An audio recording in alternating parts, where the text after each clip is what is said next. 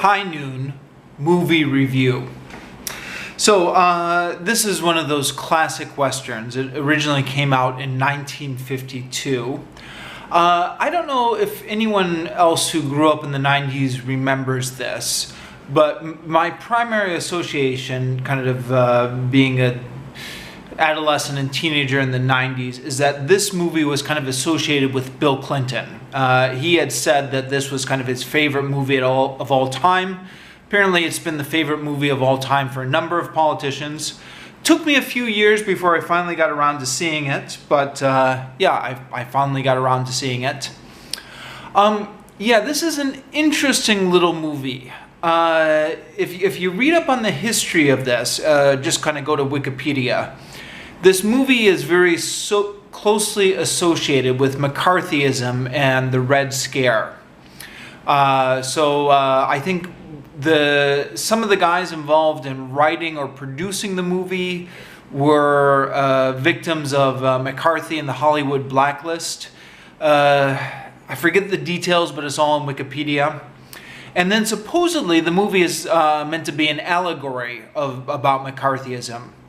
So in the movie there's the sheriff, and he's kind of there's these men who are coming in to get him, to get their revenge on him. And everyone says to him, just get out of here, get out of town, don't try and fight them, just get out of here, flee. And he doesn't, he says, no, I'm going to stand my ground. And he talks to kind of all his friends one by one, and they all desert him. But he decides not to flee, and then he has a gunfight with the bad guys at the end, and he kind of comes out on top. Yeah, I don't know. I saw this movie when I was living in Japan, and as I was watching it, I was just kind of thinking to myself, I wonder, this just seems like a very distinctive American movie. I'm not sure a Japanese person would ever make the movie. I don't know. I'm getting into cultural stereotypes here. But I mean, for one thing, it's a very kind of violent movie, but it also is kind of asserting kind of one's individuality and one's kind of determination to do what is right, even kind of in the face of overwhelming social pressure not to. In this movie, he's getting overwhelming social pressure to just give up the fight and leave. On the other hand, it does seem to be sending a message, which again maybe is also particularly American, that everything gets solved with a gunfight at the end. Or, you know, if you just kind of stick to your principles and you're willing to use violence, that's going to solve all your problems. And, you know, this movie came out in 1952, so before Vietnam, before the Iraq War. And you can't help but wonder a little bit if that is kind of the mindset that got us into Vietnam. I mean, I know there's 100 different reasons why we got into Vietnam, but, you know, at least part of it was kind of a sense of some people in the government or in the public that, no, look, fighting against communism is what is right, and we've got to just stand up for what is right and just kind of shoot it out with the bad guys, and if that's what it takes, we're willing to pay the price. I don't know. Yeah. I mean, I do wonder a little bit here. The movie is kind of sending the message, you've got to stand up for what's right as long as you're good with a gun. I don't know. I mean, I guess maybe it's supposed to be metaphorical. It's not supposed to be it's an actual gunfight in the movie, but maybe the message is about standing up against McCarthyism, so maybe it's a metaphorical gunfight.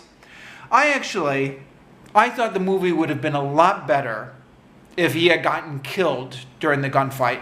Wouldn't have been nearly as marketable, you know, to have the hero die at the end of the movie. But, you know, maybe that would have been a more realistic message. Stand up for what's right. Sometimes it will get you killed.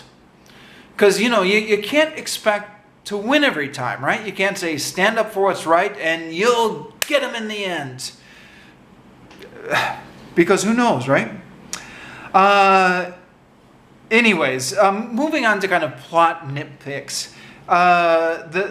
The movie is kind of showing Gary Cooper's isolation throughout the movie. And then his wife comes back to him at the end. So he's not completely isolated. He does have his wife come, and his wife kind of saves him from one of the gunmen. I don't know if that spoiled it a little bit. I thought maybe it would have been better if he would have been completely abandoned. I mean, I know his wife is his wife, right? So, you know, your wife is part of your family. It's almost an extension of yourself, at least in kind of the old-fashioned view of the two become one. So he still gets abandoned by all the townspeople. I don't know. I thought it would have been more powerful if his wife had abandoned him as well. But his wife comes back to him at the end. Talking about some of the famous actors in here. Gary Cooper, he was born at the turn of the century. So, you know, he's about 50, 51, 52 when this film came out. So he's not a young man, but he does a great job in this film. He doesn't overact. Another actor kind of doing the same role might have overact. But Gary Cooper is able to communicate a lot with just his eyes. You kind of see the sadness and sense of abandonment and desperation just kind of looking at his eyes.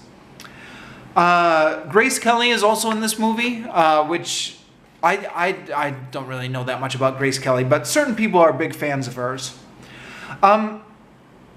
Also the Wolfman is in this movie. Lon Chaney Jr., who played the Wolfman in all of the Universal horror movie features, is here. They credit him as Lon Chaney, not Lon Chaney Jr., which I'm not sure why they did that.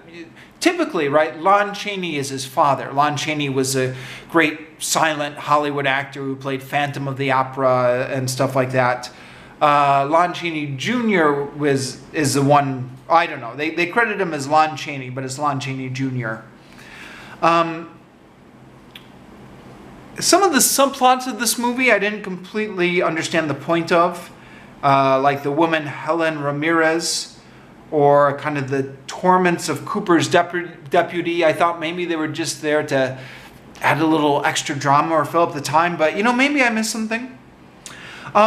This film, I think this was kind of common to certain older films. I've seen a few other older films that have done this.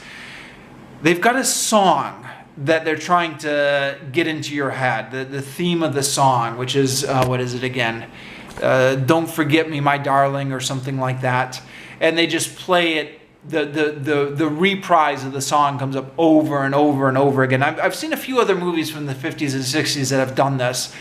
I think it was fashionable at the time. It seems really cheesy nowadays. Yeah, anyways, mixed feelings on this movie. I like the message that it's sending of standing up for what's right, but in the world of this movie, it's very hard to disentangle standing up for yourself with kind of a violent showdown. And yeah, my politics, I'm more of a pacifist myself. So I kind of shied away from the... I mean, I like a violent movie as much as the next guy. I kind of separate movie violence from real violence, unless I get the sense that the message of the movie is kind of tied up in the violence. I don't know.